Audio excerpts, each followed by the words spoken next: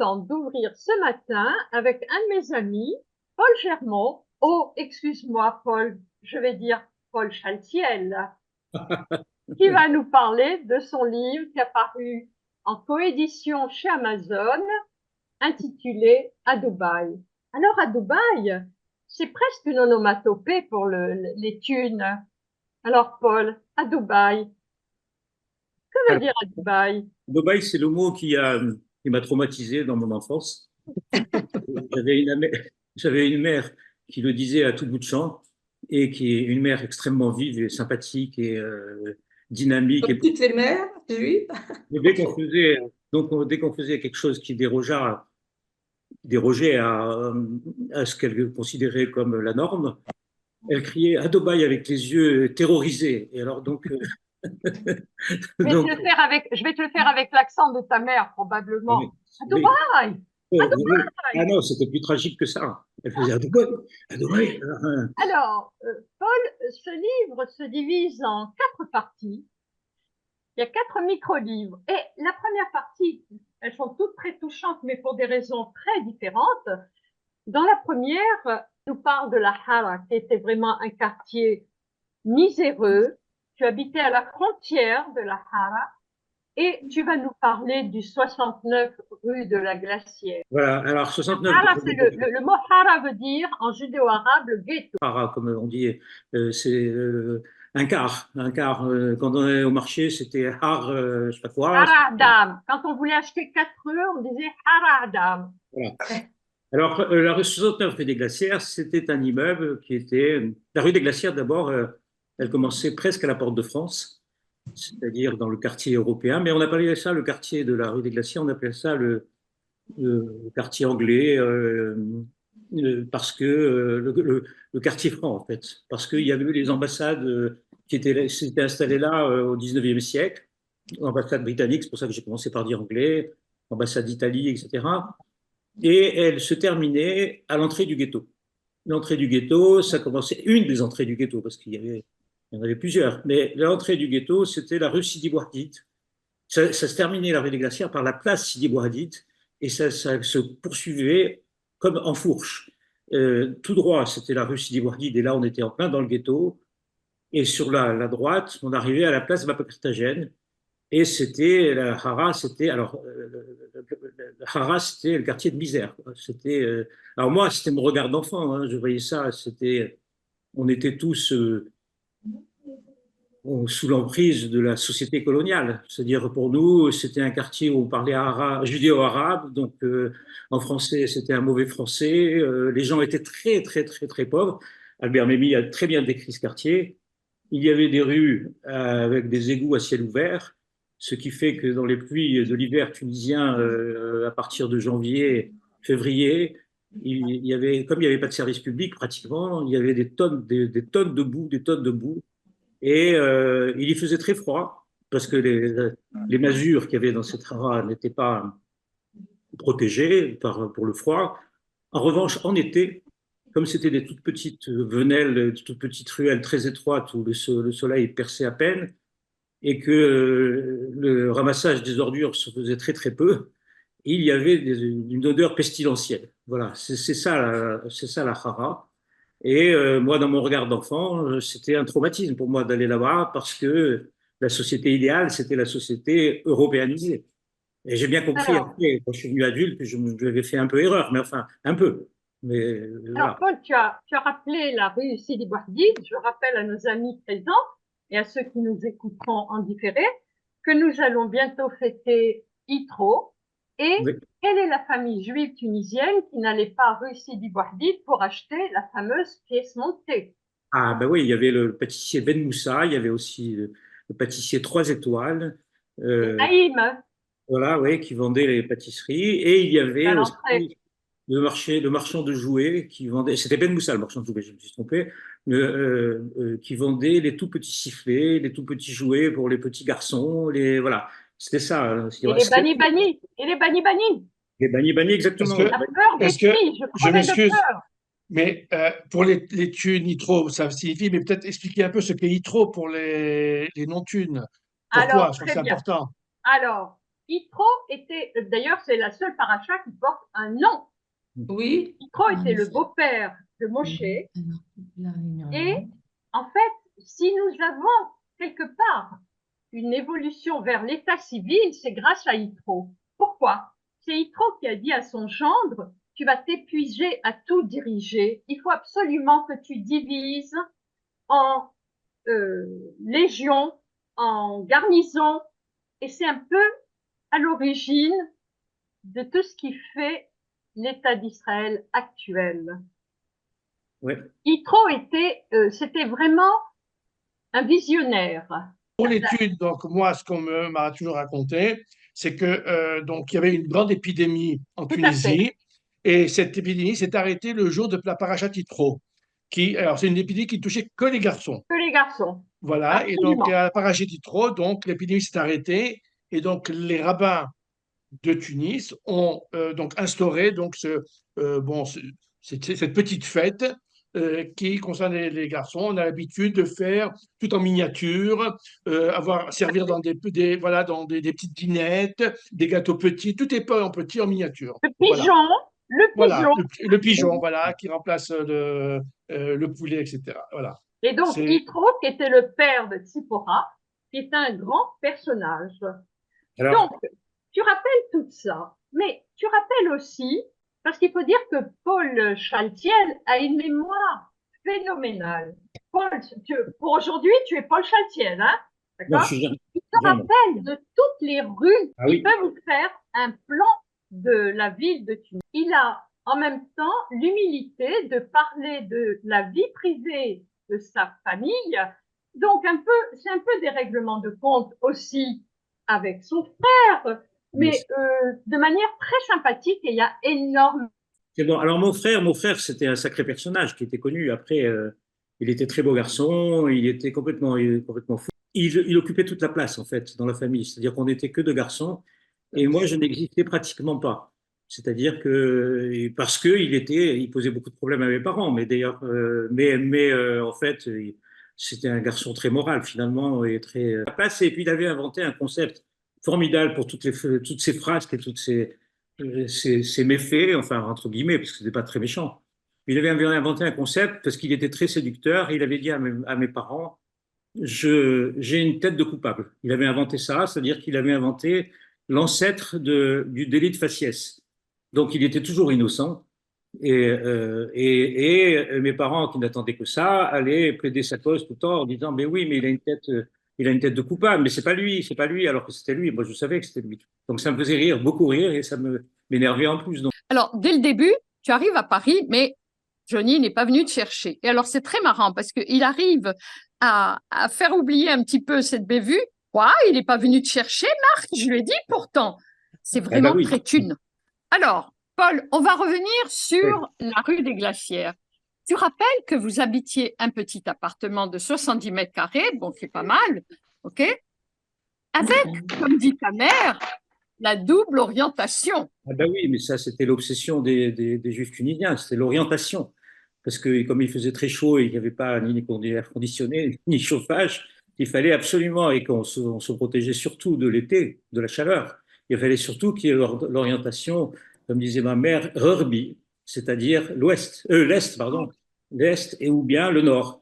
Mais nous avions la double orientation. On avait le Sud et on avait le Nord. Donc, ma mère alors pour mettre en valeur son appartement, elle disait la double orientation. C'est-à-dire qu'il y avait des balcons qui donnaient sur la rue des Maltais et des balcons qui donnaient sur la rue des Glaciers. Voilà. C'était ça la rue de la Alors, double. tu rappelles entre autres que pour l'été, c'était très agréable parce que tu t'allongeais sur le carrelage pour la fraîcheur, mais l'hiver, tu caillais. Mais tous les Tunisiens ont connu l'hiver tunisien. Absolument. C'est-à-dire qu'on rentrait dans des draps humides, glacés, avec 12 couvertures, 50 pulls, et on attendait que tout ça se réchauffe pour éteindre la lumière. Alors, ma mère, qui poussait à la culture, elle allait nous chercher des livres à la bibliothèque municipale de la rue Zarkoun à Tunis, et elle nous imposait de lire. Et Alexandre Dumas, et le Père Goriot, etc. Et alors, on s'endormait dans les draps glacés avec ses bouquins en main, et après, on éteignait dès qu'on aimait moins froid. Voilà, c'était ça. Alors, dans cet immeuble, de la rue des Glacières, il y a des personnages aussi hauts en couleur. Ah, ben, il y a d'abord au pied, à l'entrée de l'immeuble, il y avait Fragile Arma. Fragile, je ne sais pas, c'est les anciens qui connaissent Fragile Arma. Fragile Arma, c'était un petit bonhomme qui ne devait pas me dépasser les 1,55 m ou 1,50 m et qui ne devait pas peser plus de 30 kilos et il était aveugle. Et il avait un petit violon grinçant et il chantait des chansons judéo-arabes à l'entrée de l'immeuble et il faisait la quête. Il faisait la manche, quoi. Et c'est comme ça qu'il vivait, le pauvre. Mais il était connu parce qu'il avait les juifs bourgeois l'embauchaient pour des petites fêtes, des petites circoncisions, etc. Et il chantait le Targil, etc. Et Il avait toujours un compagnon. Il avait un compagnon il qui le avait un guidait. compagnon, oui, qui le tenait pour l'amener chez lui après, etc. Et Fragile Arma était tout le temps en bas de chez nous, il faisait la quête. Sauf que le quartier était un quartier de gens pauvres. Et il y avait peu de gens friqués. Hein. Et donc le pauvre, je ne sais pas comment il vivait, quoi. Enfin, c'était la misère, quoi. Alors il y a un de mes copains, Alain Taïeb, qui a été grand reporter à Paris Match, etc., qui m'a écrit il y a quelques mois pour me dire, je l'ai retrouvé à Beersheba il y a quelques années, parce que je m'étais demandé où est-ce qu'il était devenu ce Fragile Arma. Lui, il est à Beersheba, s'il est vivant toujours, parce que ça remonte à 60 ans, tout ça, 70 ans. Alors, Paul, si je te dis la calasse, À la Calas, c'était le gardien. Alors, le gardien, il dormait sous les escaliers et le service qu'il rendait, en fait, c'était pas un gardien, en fait. Il rendait le service de sortir les poubelles de l'immeuble et il recevait ses copains en dessous des escaliers et tous les soirs, et il faisait cuire une shorba et il chantait des mélopées arabes. Et alors, je m'endormais tous les soirs, en hiver surtout, avec au son des mélopées arabes. Et mon père l'avait surnommé la calasse. Donc, il disait la calasse n'a pas commencé à chanter encore. Il est quelle heure? Il est pas si tôt. alors il y avait aussi, il y avait Breuil-tout, partie de Paul, et s'étale justement parce que bien que ce soit très drôle, Paul insiste Oui. sur le quartier, sur le côté miséreux de la Hara. J'ai parlé de la Hara parce que peu de gens connaissaient la Hara, Bien. de ma génération en tout cas, ils connaissaient peu. Avaient immigré au quartier Lafayette, Belvédère, etc. Et le quartier, la Hara, c'est le quartier des réprouvés. Donc on ne parlait pas de la Hara, on se moquait de l'accent de la Hara, et ce qui était un côté un peu déplaisant d'ailleurs, parce que c'était des braves gens qui étaient pauvres, quoi, Absolument. qui Et avaient quelque part, aujourd'hui, Paul et moi, on remet tout à l'honneur les gens qui ont beaucoup souffert à la Hara, justement. oui, Et, bien sûr. et dans ta famille, Paul, il y a donc deux garçons, et toi, tu passes vraiment pour le mkhalef, Oui. En le comparaison avec Denis, mkhalef parfait par rapport à Johnny, qui est le déconneur. voilà, il était connu hein, au lycée Carnot, il avait. Alors, justement, rappelle un petit peu comment les copains de Johnny, en te rencontrant, te présentaient en disant mais tu sais pas qui c'est le frère du déconneur de Jimmy, le déconneur. Et Ouais, toi, tu le prends, le parfait. bien des années plus tard, parce que je jouais au poker à l'époque, des grosses parties, etc., il y a 30 ans encore. Et puis, un jour, à 4 heures du matin, il y a un monsieur que j'avais complètement dévasté, et il me dit, quoi, c'est toi le brave de la famille? Et pour lui, Je j'étais dans trouvais son ça âge, génial. mais j'avais déjà 45 ans, hein, c'était fini. Alors, ta maman t'envoyait faire les courses. Ah oui, Et il y a deux magasins que ma mère tu- m'envoyait acheter chez un épicier qu'elle appelait elle Zouzbuben, parce qu'il y avait deux portes. Et elle m'envoyait faire des courses. Moi, je détestais aller parce que pour aller faire les courses chez cet épicier, il fallait rentrer dans la hara. Et je détestais ça, la misère, la crasse et tout ça. Il n'y avait pas de service public là-bas, il n'y avait rien, quoi. C'était très rare. Et alors, il y avait l'épicier sur la place Bab Carthagène, qui était un copain de mon père. Alors, c'était les épiceries que ceux qui connaissent Tunis et la Tunisie ont connues. Hein. Il y avait des gros sacs de jute devanture avec du café, de la farine, du sucre en poudre, etc. Et ça sentait toutes ces épices et tout qui étaient là. Mais il y avait, dans la place de la Carthagène, il y avait des carrioles attelées avec des chevaux, des ânes, et c'était rempli des troncs. Et puis, de temps en temps, il y avait un âne qui se mettait à braire, on ne savait pas pourquoi, mais c'était assourdissant. Pendant une demi-heure, il n'arrêtait pas de braire. Mais voilà, c'était ça, le quartier. Et le souvenir très désagréable quand on voyait l'âne glisser Ah et oui, être battu pour se oui, oui, redresser. parce que c'était pas, la SPA n'était pas à Tunis, hein, parce que pour entrer dans le quartier, là, pour livrer les marchandises, c'était des carrioles attelées de chevaux. Et les chevaux glissaient souvent sur l'asphalte, ou les carrelats, les carreaux, là, et, et, euh, et pour les faire lever, les, les charretiers les fouettaient au sang. C'était terrible de voir ce truc-là. Ici, ça pourrait jamais se passer, même pas le quart, même pas le dixième de ce qui se passe. Petit Paul grandit et tu rentres en ce qu'on appelle la petite école, qui est la maternelle, ok? Oui, Alors, alors maternelle, j'ai fait une maternelle à la rue du Maroc où ma mère avait été enseignante et j'ai fait un refus total de l'école. J'y suis resté 2 mois ou 3 mois. Et là, c'est la rencontre entre ce quartier-là, etc. Et puis les petits Français et tout ça qui sentaient l'autre Cologne et les petits Juifs du Belvédère et tout ça. Et moi, j'ai fait un refus total de l'école. Mais après, je suis rentré au petit lycée Carnot. J'ai fait oui. toute ma scolarité là-bas. Alors là, justement, nous allons entamer quelque part ta scolarité à Carnot. Parce qu'à Carnot, tu as découvert beaucoup. En fin de compte, à l'école, tu t'ennuyais. Ah, beaucoup, énormément, oui. Et vraiment, l'école a démarré bien plus tard pour toi. Ben, c'est-à-dire que, en fait, quand je me rappelle l'école de Tunis, les 3 premières années au lycée Carnot, c'est une immense sieste, hein. C'est pour moi, c'était ça, parce que j'étais un garçon très rêveur à l'époque. J'ai bien changé d'ailleurs depuis, hein. J'étais très rêveur et tout ça, et je dormais, quoi. Et puis un jour, quand j'étais en huitième, j'ai été parmi les 2 premiers. Et puis donc là, j'étais assez très fier, hein, parce que je m'y attendais pas. Moi, je travaillais parce qu'il fallait travailler, c'est tout, hein. Et puis très fier, et puis en même temps, j'étais embêté parce qu'on allait me déranger dans mes siestes quotidiennes. Et finalement, c'était bien, parce qu'après, j'ai continué à être un très bon élève jusqu'en terminale. Très bon élève toujours. Et d'ailleurs, pour tes parents, tu as toujours été le bon élève. Oui, c'est-à-dire qu'ils se reposaient sur moi, quoi. Ils disaient, ce gars, ça va. C'est comme tout dans toutes les familles. Quand il y en a un qui, qui donne du souci et qu'il y a un autre qui se comporte normalement, on l'oublie. Et on se préoccupe, ce qui est normal d'ailleurs, puisque maintenant que je suis père, enfin, ça fait quand même longtemps, j'ai fait la même chose, hein. Quand il y avait une enfant qui me posait problème, je m'occupais de l'enfant qui posait problème. Donc ça peut frustrer. Mais c'était ça. Et alors, justement, quand tu recevais tes copains, il y a un passage qui est très drôle sur ta mère, parce que Ah, ma Madame mère, Picot ma était mère, vraiment haute en couleur. Ma mère, c'était un phénomène. D'abord, c'était une des rares femmes de Tunisie qui avait son bac philo. Elle était née en 1913 et elle était d'une famille nombreuse. C'était des familles nombreuses, c'est souvent très joyeux la plupart du temps, hein. Donc, c'était une femme très joyeuse, très positive toujours. Et, et, euh, et puis, elle avait cette manie de confondre tous les gens. Et donc, elle les connaissait, mais elle ne connaissait pas leur nom. Alors, elle faisait des corrélations avec des autres familles qu'elle connaissait. Par exemple, un de mes copains qui s'appelait. Alors, par exemple, toutes les filles qui s'appelaient Isabelle s'appelaient Elisabeth. Il y en avait une qui s'appelait Isabelle, sa maman. Elle l'appelait toujours Elisabeth Koskas. Pourquoi Koskas?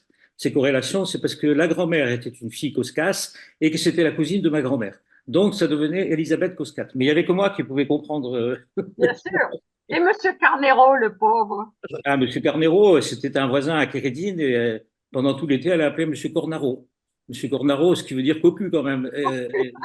Il a pas bronché de l'été, c'est-à-dire un homme très courtois, très galant, il n'a pas bronché, il s'est jamais fâché. Et en plus, elle avait le culot de dire, oh là là, comme tu es Ah pointilleux. oui, oui, C'est vous remarqué. exagérez, Cornaro, c'est la même chose, hein. C'est très thune ça d'ailleurs, hein. Tout à fait. Absolument. On l'a tous vécu. Et puis, les années passent. Les années 50 arrivent. L'atmosphère commence à changer en Tunisie. Ah oui, alors il y a l'indépendance. Il y a l'indépendance en 56. D'abord, tout le quartier de la Hara s'est vidé. J'ai vu le grand remplacement en Tunisie. C'est-à-dire que j'ai vu tous les gens de la Hara qui sont partis en Israël. Là, 90%. Parce que les institutions juives, elles encourageaient au départ en Israël, poussées par les institutions sionistes et tout ça. Ce qui était une bonne chose, parce que il n'y avait pas de pire que vivre dans une masure de la Hara, quoi. Et puis toutes les institutions juives, eux, ils poussaient les pauvres à aller à la Hara, à aller en Israël, mais eux, ils ne rêvaient que d'une chose, c'était la France, y compris les grands intellectuels, parce qu'il y avait beaucoup d'intellectuels de bon niveau. Hein. Il y avait le Parti communiste tunisien, par exemple, c'était un parti de juifs. Hein. Il y avait Maurice Nizar qui était le président, il y avait le docteur Sama, les Bessis et tout ça, ils étaient communistes. Enfin, c'était ça. Mais tous, ils ont tablé sur la Tunisie indépendante. On se demande encore aujourd'hui comment ils ont pu faire ça, et ils ont tous été obligés de partir. Voilà. Ouais. Et alors, progressivement, on a vu s'installer en Tunisie l'autocrate, c'est-à-dire M. Bourguiba, qui était un homme éclairé pour son peuple, formidable, hein, tout ça, libération des femmes, mais c'était un tyran. C'était un tyran. Il y avait des disparitions d'hommes, il y avait la police. C'est un État policier qu'on a vu petit à petit s'instaurer ce qu'on appelle les attributs de l'autocratie. C'était un peu, alors progressivement, c'est devenu un peu l'espionnage, l'espionnite. Il y avait aussi de la paranoïa de notre part. Et c'était un peu comme dans le film allemand que vous avez peut-être vu qui s'appelle La vie des autres. On était espionnés. Peut-être pas d'ailleurs, mais il y avait des cas où on savait qu'il y On avait des... avait une grosse crainte. D'ailleurs, par contre, on ne parlait plus d'Israël, on parlait du Canada, Israël, de c'était le Thaïlande. Canada. Israël, c'était le Canada. Voilà. Au OK? Canada. Et on avait des gens qui étaient payés dans tous les quartiers, parce que le quartier juif, c'était la ville de Tunis, hein, c'était toute la ville de Tunis européenne, c'était le quartier juif, surtout du côté de Lafayette, l'avenue de Paris, etc. Et il y avait des gens qui traînaient là, qui traînaient leurs oreilles pour écouter quoi, on se demande d'ailleurs, parce que qu'est-ce qu'on représentait comme danger pour le pays? Rien. Ah oui, oui, mais ils nous considéraient comme la cinquième colonne. D'ailleurs, après la guerre de Bizerte, moi j'ai vécu la bataille de Bizerte. Je sais pas si il y a des gens qui connaissent pas la bataille de Bizerte, qui ne sont pas tunisiens. La bataille de Bizerte, 61. 61, ça a été un drame parce que d'abord nos parents étaient traumatisés. Il fallait surtout pas dire quoi que ce soit là-dessus, hein, parce que comme on nous visait, et c'est toujours la théorie du bouc émissaire, hein, c'est comme ça, on nous visait. Donc, il fallait surtout pas qu'on fasse le moindre faux pas. Mais ce qu'il y avait de pire encore, c'est qu'il y avait à peu près 20% des Juifs tunisiens qui étaient de nationalité française. Et il y avait des amis qui étaient dans l'armée française, à Bizerte, et qui ont combattu les Tunisiens. C'était terrible, ça. Et bon, alors, les Tunisiens, il y a eu des articles dans les journaux. Un article dont je me souviens c'était un article de l'Allemagne nazie, quoi. Ils nous visaient un peu ce qui se passe aujourd'hui en France, un peu aujourd'hui avec LFI et tout ça. Hein. C'était pire, mais sauf qu'on n'était pas dans un État comme la France avec des juges et tout ça, mais c'était ça. C'était ça. Et nos parents n'avaient pas très envie de partir, hein, ce qui est normal. Hein. Ils avaient construit leur vie, ils étaient âgés et tout ça. Mais on a tous fini. Bon côté des choses, c'était les nombreux étés à la plage, les 3 mois. Ah ouais. OK? Alors justement, il y a Monsieur Soufir, c'est ça, avec qui j'ai parlé tout à l'heure. Oui, oui, oui. Ah, Gérard qui me parlait des carrioles, mais effectivement, on prenait. Mon père, il avait un copain qui était un juif gerbien, qui s'appelait Braham, et qui venait avec sa carriole à chevaux. Hein. C'était au début, après il s'est modernisé, il a acheté un camion. Il venait, il nous prenait tous nos meubles de la résidence principale, il les mettait sur le camion et on allait dans notre location pour l'été. Alors, c'est très drôle, on voyait sur le chemin de la Goulette, on voyait un tas de camions avec faits couverts de briques et de brocs, avec des matelas, des frottoirs, des balais, excusez-moi, des Le couvertures, des couscoussier, draps. le C'était couscoussier. drôle, c'était très drôle. Mais c'était incroyable. À partir du mois de juin jusqu'à la fin juin, c'était un défilé de camions sur la route, ce Bon, qu'on il appelait à faut dire, l'époque il faut la dire que nouvelle route. Les Tunisiens restaient 2, 3 mois à la Goulette. 3 mois, Nous, 3 mois. on C'est restait ça. 3 mois et demi. Oui, C'est 3 mois. ça, c'est ça. Donc, on était envahis, quoi. Le bled, la Goulette, en hiver, c'était vide. Et là, en été, donc ça y est, les envahisseurs sont là, quoi. Oui, mais vous étiez content quand même. Oui, oui, bien sûr. Alors justement, Paul, les bons souvenirs de la plage, c'était les marchands ambulants qui n'étaient pas que ambulants. Ils avaient tous un surnom.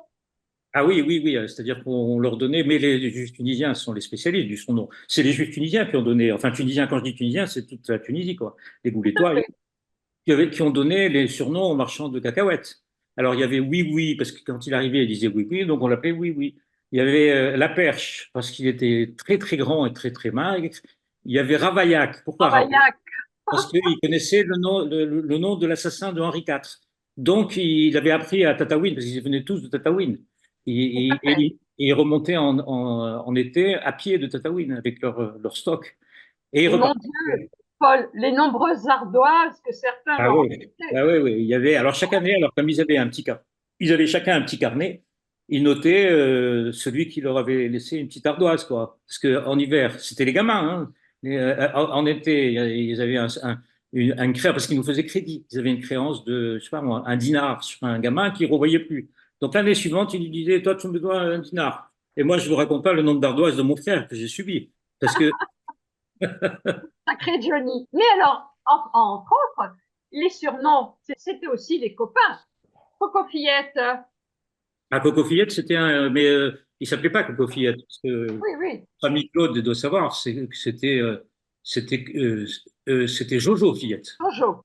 Comme il y avait plein de Jojo, il fallait bien les différencier. Donc Jojo Fillette étant efféminé, les Goulettois l'avaient surnommé Jojo Fillette pour le différencier des autres Jojo. Voilà, c'était ça. Alors, Paul, ton amour pour la Tunisie, le respect pour les souvenirs que nous avons engrangés et ton amour pour la musique. D'où d'ailleurs le sous-titre de ton livre. Et tu arrives en France, habillé, comme j'ai dit en début, le jour de ton arrivée, comme un Yéti avec le manteau en poil de chameau.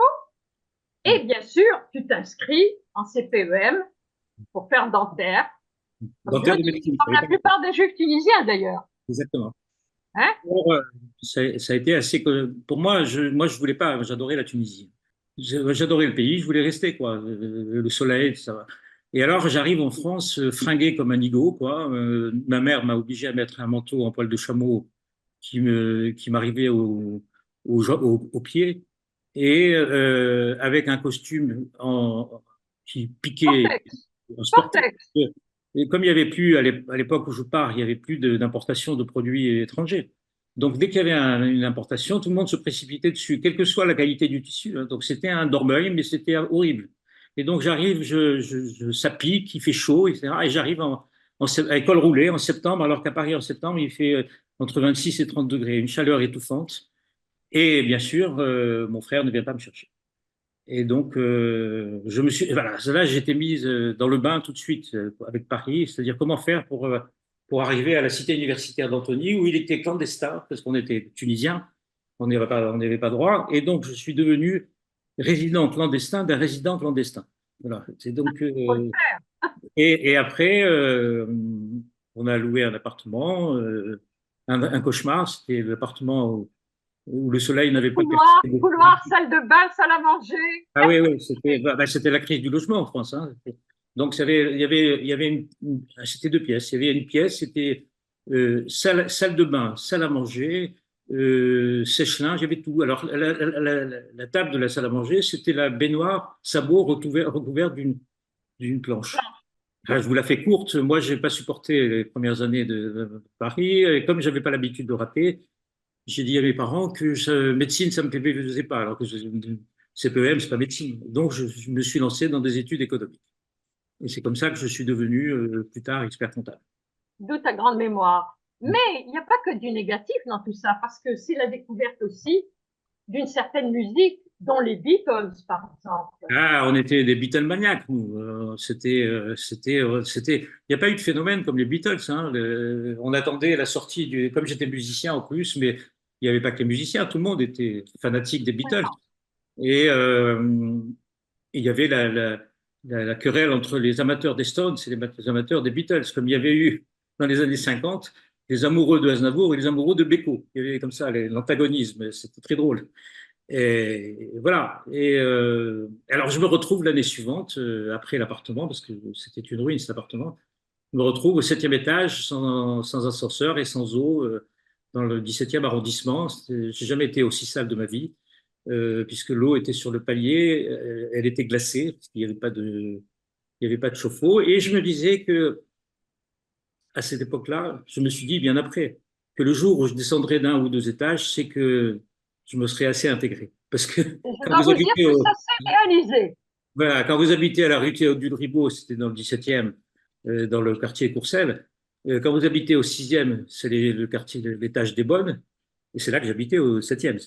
Quand vous habitez au 5e, c'est Étage bourgeois. c'est l'appartement haussmannien, magnifique. Et je me disais, le jour où je serai descendu, est-ce que je vais descendre un jour? Il y a des moments très, très joyeux quand même quand tu vas Shabbat chez ta famille, chez tes tantes, Ah, euh, à Saint-Cyr-l'École. exactement. Mais vous savez, dans toutes les familles juives tunisiennes, c'était comme ça, hein. Il y avait la sœur qui était arrivée, ou le frère, ou le truc, et les familles arrivaient, elles débarquaient elles allaient habiter chez les parents dans un 2 pièces. On était 15 dans le 2 pièces, et tout le monde campait. C'était l'époque héroïque, hein. Et alors moi, mon havre de grâce, c'était chez ma tante à Saint-Cyr-l'École. Saint-Cyr-l'École étant une banlieue communiste à l'époque, hein. C'était sinistre, ça sentait le tiercé et le pastis dans les cafés. Mais ma tante était comme ma mère, c'était une femme hyper chaleureuse, hyper drôle, hyper active. Elle est morte à 100 ans d'ailleurs, et elle a eu un prix d'une institution de l'Europe à l'âge de 100 ans pour un conte pour enfants qu'elle avait fait alors qu'elle était à l'Institut, à la maison de retraite Rothschild. Donc ma tante, elle accueillait tout le monde. Alors elle avait un petit appartement de 60 mètres carrés, ils étaient 5, plus ma grand-mère, et plus tous les gens qui étaient en souffrance, ils allaient chez ma tante. Et donc, on se retrouvait, et c'était formidable, parce que son mari n'était pas obligé de nous recevoir, mais il se comportait avec nous comme un père, quoi. Et on se retrouvait, on restait, on allait pour Shabbat. On restait là-bas, on était parfois dans la chambre de mes cousins, on était 8, dans une toute petite chambre.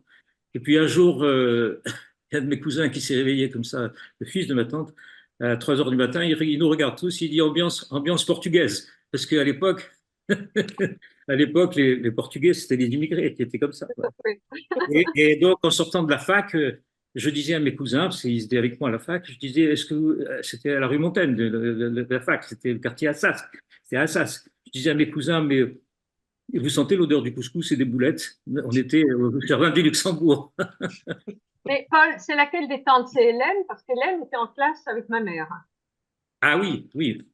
Alors, et l'on avance. Et donc, Paul va maintenant nous parler de ses relations affectives, parce que ça y est, il rentre à Assas, il est en 2e année, puis 3e année, puis il rentre à Tunis, parce que tes parents sont venus s'installer définitivement à Paris, sans avoir préparé grand-chose, et je crois qu'ils en ont bavé sans jamais le montrer. Ouais, alors, ils arrivent comme ça, sans pouffer rire, sans prévenir, sans rien. Ils arrivent en février 1969, et ils me téléphonent. Et j'avais le téléphone là où j'habitais. C'était une chambre de bonne à Levallois, qui était à l'époque un désert, Levallois.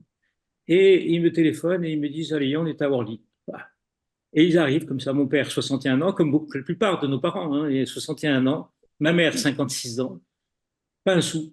Alors, ils avaient gardé de leur gloire passée, ils avaient gardé leur costard. Mon père, il faisait des costumes sur mesure, etc. C'était un bel homme, mon père, grand de taille, très chic toujours, le chapeau comme ça, les galanteries d'un autre temps d'ailleurs, c'est formidable. Et à 88 ans, il se levait dans le bus pour laisser une jeune fille s'asseoir. C'était la galanterie des hommes d'avant. Voilà, c'est formidable. À belle époque. Ils arrivent et je leur donne ma chambre et ça me fend le cœur de voir mon père et ma mère comme ça. Et lui, il trouve une place d'aide comptable à Aubervilliers et elle trouve une place de dactylo, elle qui avait très peu travaillé, une place de dactylo dans une banlieue ripoux complètement, des gens à Aubervilliers, alors, ça. Et le matin, ils partent à 6 heures du matin et je les imagine, parce que moi j'ai été habité chez un de mes potes, et je les imagine dans la blancheur, la pâleur du métro à 6 heures du matin. C'est très triste le métro à 6 heures du matin. C'est Bien sûr. épouvantable. Ils sont mal réveillés, etc. Et ils sont, à un moment où les Français prennent leur retraite, mais ça c'est l'histoire des Juifs. Au moment où les Français prennent leur retraite, eux ils recommencent une vie. C'est terrible. On n'avait pas fini nos études. Bon, tout s'est bien arrangé. Dans les 3 ans qui suivaient, tout s'est très bien arrangé. Ma mère, qui était une femme, toujours, elle poursuivait un but. Alors, le premier Shabbat qu'on a passé avec l'arrivée de mes parents, c'est de donner l'état d'esprit de ma mère. On va au restaurant, mon frère et moi et mes parents. À la Lorraine? Non, c'était pas la Lorraine. La Lorraine, c'est très drôle. Et ma mère, elle nous regarde comme ça, elle nous dit, c'est pas parce qu'on est pauvre qu'en plus on doit se priver. Voilà, ça c'était l'état d'esprit de ma mère. Toujours C'est magnifique. optimiste. Et elle, en plus, elle arrivait, pour elle, elle arrivait dans un pays, elle fuyait un pays d'hommes, et elle arrivait dans un pays où la femme, même s'il n'y avait pas tous les droits de la femme, là, encore que 69, c'était déjà le cas, elle arrivait où les femmes étaient respectées. Alors, Par si tu rapport à la veux, Tunisie, en tout cas. Paul Chaltiel, on va faire un flashback parce que tu as eu la chance d'assister à la mort et la résurrection de ton père. À mon père. Alors, mon père, c'était au moment de la guerre des 6 jours. Il y a eu une manifestation monstre à Tunis. Il y a eu un pogrom, en fait, hein. C'est un pogrom, la guerre des 6 jours. Il y a eu un pogrom à Tunis. Ma mère était à Paris et mon père était resté seul à Tunis. Et c'est Béji Caïd Essebsi, qui était ministre de l'Intérieur, qui organisait ça. Et donc, vous savez, c'est d'ailleurs pour ça qu'après la guerre des 6 jours, tout le monde, le peu de gens qui étaient restés sont partis. Et alors, elle habitait chez mon frère, et mon frère qui était marié, elle reçoit un télégramme. Nous, on avait allé à Saint-Germain-des-Prés, c'était notre PC à Saint-Germain-des-Prés. Et on la voit arriver en taxi, et avec l'air terrifié, et elle nous dit, venez, venez, il faut que je vous parle, tout ça. On monte sur le taxi, et elle nous montre le télégramme qu'elle avait reçu. C'était ma belle-sœur, qui était tunisienne aussi, mais qui était aussi là-bas, et qui avait envoyé un télégramme à mon frère en lui disant, ton père est mort, t'attendons mardi. Et alors, bon, notre père était mort, quoi. C'est très clair. Donc, c'est le drame, quoi. C'est toute la vie qui défile. Tout le monde a connu ça, quoi. On arrive chez nous, c'est huis clos. On est chez mon frère, huis clos. On tourne dans la maison, on pleure, etc. Et puis, à un moment, ma mère me dit, venez, on va chez ma sœur, ma fameuse tante. Et ma Mhm. tante, qui avait gardé l'esprit clair, elle se met à pleurer. Ben, elle nous dit, mais il est mort de quoi? Mais on ne s'était pas posé la question de savoir de quoi il était mort. Et en fait, on téléphone à ma belle-sœur, et ma belle-sœur dit, ah oui, mais ton père, il n'est pas mort. C'est quoi cette histoire? En fait, c'était, à l'époque, il y avait les télégrammes téléphonés, et l'assistante téléphoniste, au lieu de ton père et moi, t'attendons mardi, elle avait marqué, ton père est mort, t'attendons mardi. Voilà. Donc, mon père est mort, il avait ressuscité en l'espace de quelques heures. Wow. Alors, Paul Chaltiel a quand même apprécié le ciel parisien quand ses parents ont loué un appartement à Belleville, les grèves de mai 68, et il fait à pied Belleville, quartier latin, 2 heures de marche. Ah, bah oui, mais c'est-à-dire que c'était en haut de Belleville, c'était à la rue des Pyrénées, hein, une petite rue, et c'est magnifique, mai 68. Je n'ai pas du tout souscrit à mai 68, moi, parce que moi, je ne comprenais pas. Un pays où on venait d'un pays où les gens crevaient la dalle, et on se retrouve avec des petits bourgeois qui crient à bas la société de consommation. Mais je comprenais rien. Mais ils veulent pas de frigo, qu'est-ce qu'ils veulent pas? Je ne sais pas. Ils veulent pas de télévision. Et puis, nous, on venait d'un pays totalitaire, et ils disent élection piège à con. Je comprends. Alors je faisais semblant pour draguer les filles. Il fallait être 68 tard. Je faisais semblant. Et alors, mai 68, c'était formidable parce qu'il faisait un temps de rêve. Il n'y avait plus de voitures dans Paris pendant 2 semaines, peut-être. Il n'y avait plus de voitures. Et le chemin était magnifique. De la rue d'Assas jusqu'à Pyrénées, c'était magnifique.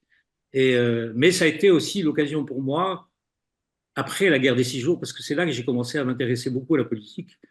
En plus, il y avait une discipline qui était sociologie politique, hein, dans mon enseignement. J'ai commencé à m'intéresser beaucoup, et je découvre la démocratie française, qui était magnifique à l'époque. Aujourd'hui, c'est la Chambre des députés, c'est un drame, quoi. À l'époque, je regarde, parce que la seule chose qui marchait, c'était les émissions politiques, les retransmissions des débats à l'Assemblée nationale. Et donc, je vois des mecs formidables, des orateurs. Il y avait Pierre Mendès France, il y avait François Mitterrand, il y avait, comment s'appelle-t-il, Edgar Pisani, qui était un Tunisien, un Maltais de Tunis. Il y avait, et c'est le débat sur la motion de censure. Et là, je découvre qu'il y a une vie libre en France. Je ne comprenais pas.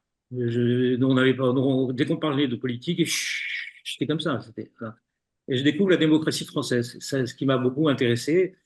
Et j'ai poursuivi. J'ai eu après, par la suite, des lettres acharnées avec le journal Le Monde sur des sujets, parce que le journal Le Monde est la pire infamie qui soit dans ce pays, surtout aujourd'hui. Et voilà. Donc, j'ai découvert à ce moment-là la démocratie. Alors, Paul Châtel, le temps qui nous est imparti avance, mais il y a 2 épisodes dont je voudrais que tu parles. Paul Chaltiel est amoureux, fait sa demande en mariage d'Aurore, sa bien-aimée, qui est devenue d'ailleurs son épouse, et le passage, la mise à l'épreuve par ton beau-père. Ah oui, Alors, mon beau-père, c'était un mélange de Cary Grant, c'est un super playboy, hein, mon beau-père. Sa femme aussi, et de Rabelais. C'est-à-dire que le matin, c'était la quintessence du Justune, quoi.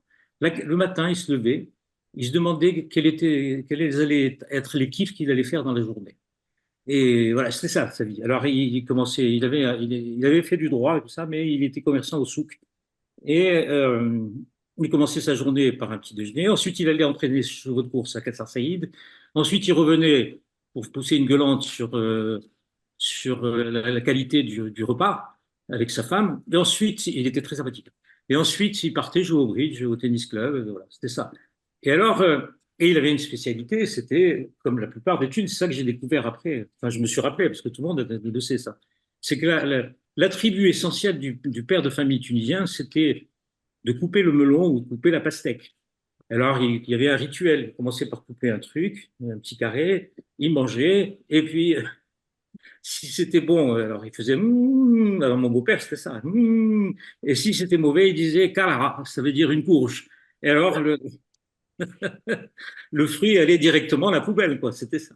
Et alors, mon beau-père, il te met à l'épreuve. Comment? il me met à l'épreuve. Quand je demande la main de sa fille la veille, il me répond pas oui ou non. Il me dit, comme ça, il réfléchit, il me dit, est-ce que vous aimez les cerfs? Parce qu'il avait roulé les R. Les cerfs, c'est un poisson tunisien.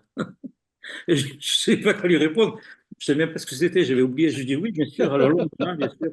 Venez demain déjeuner, il y a des cerfs. Et alors, il m'amène le cerf. Alors, je m'attends à être jaugé, etc., par toute la famille, bien que je les connaissais, hein, mais de vue. Et mon beau-père, c'est moi qui ai fantasmé ça. Mon beau-père me teste au melon et à la pastèque. C'est-à-dire qu'il y a une espèce de duel entre nous, plutôt que ce soit au revolver, comme dans les westerns, c'est à la pastèque et au melon, celui qui mangera le plus de pastèques et de melon.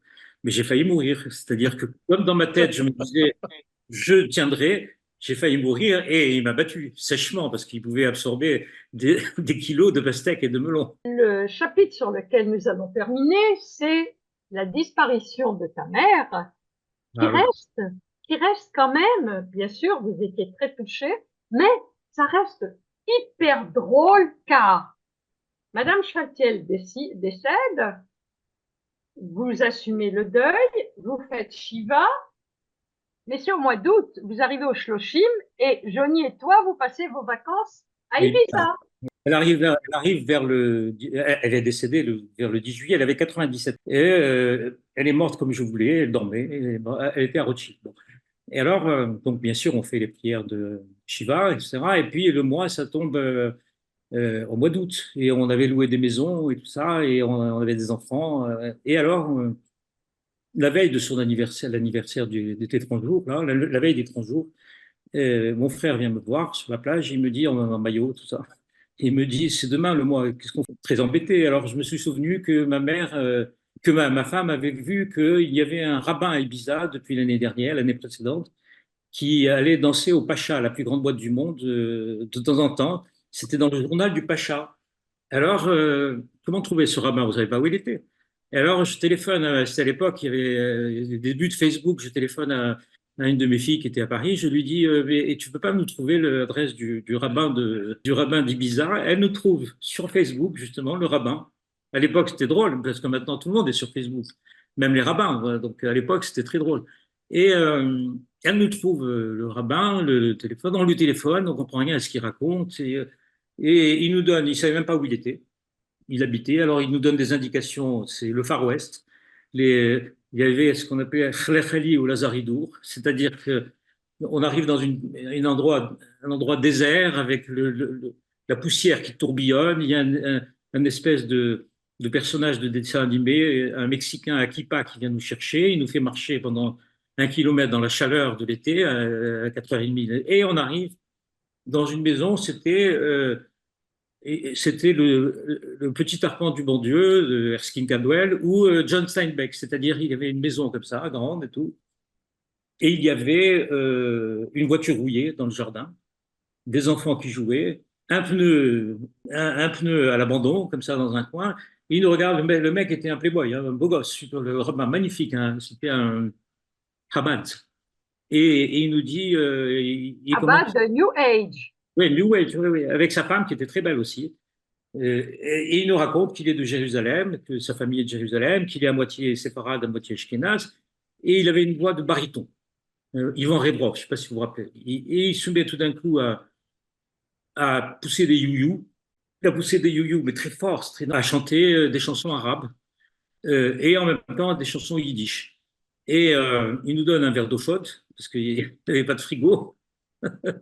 Et on était tous comme ça, on était en maillot, hein, enfin en short et en tongs. C'est comme ça les 30 jours de ma mère. Et je me suis dit, après, en repartant, ça a duré 1 heure l'histoire, et en repartant, je me suis dit que ma mère qui adorait rire, ma mère elle avait des fous rires incroyables, elle pleurait de rire, elle a dû se dire qu'est-ce que c'est que ces deux phénomènes que j'ai enfantés, qui me fassent les Shiva, la Shiva, dans cet endroit incroyable. Voilà, c'était très original. C'était pas. Et elle aurait dit à Dubaï. Bien sûr, bien sûr. Toutes ces phrases étaient ponctuées d'à Dubaï. Mon père aussi, d'ailleurs. Je voulais vous dire une chose, c'est que Paul Chaltiel, parce que c'est ma grand-mère qui était Chaltiel, Tout à fait. est de la même famille que notre Premier ministre actuel. J'ai découvert ça la semaine dernière. Ah oui, Notre ancêtre, Gabriel Attal. oui, notre ancêtre, c'était Baba Bouchi, c'était le grand rabbin de Corfou, il s'appelait Moïse Chaltiel, donc il est devenu dans la famille, moi je ne l'ai pas connu puisqu'il était au 19e, il est devenu Baba Mouchi, et j'ai vu dans la généalogie de Gabriel Attal que son ancêtre c'était aussi Baba Mouchi, voilà, À Dubaï. à Dubaï, exactement. Merci, Paul. Alors, est-ce que vous avez des questions? Car il peut y avoir une surprise si vous n'avez pas de questions. D'abord, j'adore l'autodérision et l'exagération de Paul, c'était super. Vous avez vécu où après le ghetto? À Tunis même? Avenue de Lyon, là où il y avait les... Avenue de Sion, d'accord. D'accord, ok. J'avais écouté, enfin rapidement, hein, j'avais écouté une vidéo, je crois d'ailleurs c'est Monique également qui vous avait interviewé, sur le passage de la carte de séjour. C'était le cauchemar, la carte de séjour. Bien sûr. Bon, il fallait être à 4 heures du matin.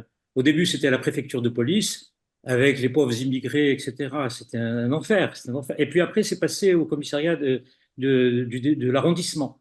Et là, je me retrouve la première fois, après je suis devenu français, mais la première fois avec les travelots de Pigalle, parce que je dépendais du commissariat de Pigalle. Il y avait les travelots comme dans la chanson de Dutronc, les travestis vont se raser, vous savez, les travestis vont se raser. À 4 heures du matin, les travelots, ils ont la barbe et c'est comme ça. C'était un enfer, quoi. J'ai démissionné pour faire une année sabbatique et je ne me suis pas rendu compte que mes papiers étaient périmés. Il y avait carte de séjour et carte de travail. Chaque administration me renvoyait à l'autre et j'étais dans la merde, excusez-moi le terme, et je ne savais plus quoi faire, quoi. C'était Kafka. Et au bout d'1 an et demi, je me dis, c'est pas possible, je ne vais pas être clandestin toute la journée. Je file, dès que je voyais un flic, je me sauvais, etc.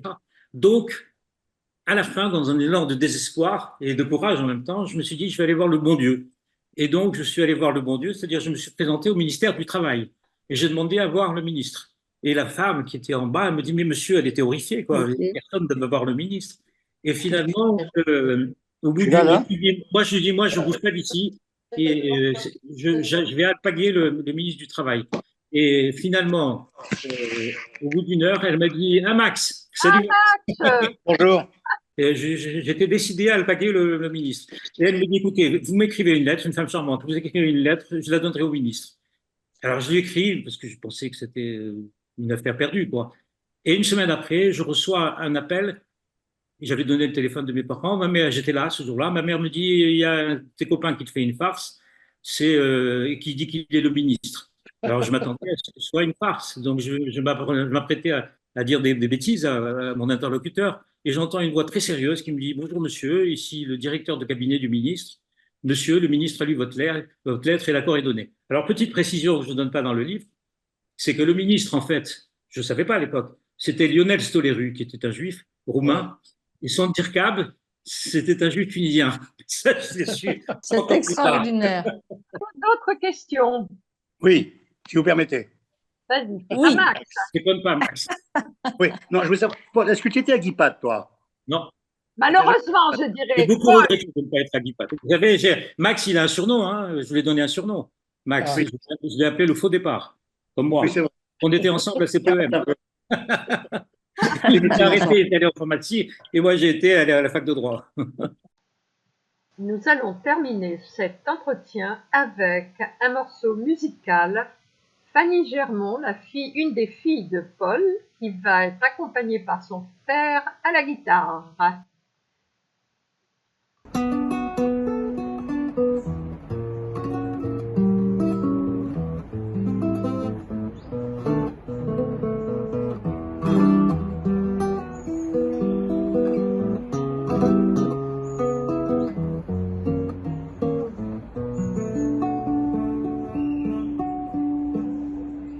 Eu, se você não tenho porquê, porque se você não se deixa chorar, se chama-se luz, jardim-se luar, luar-se amor.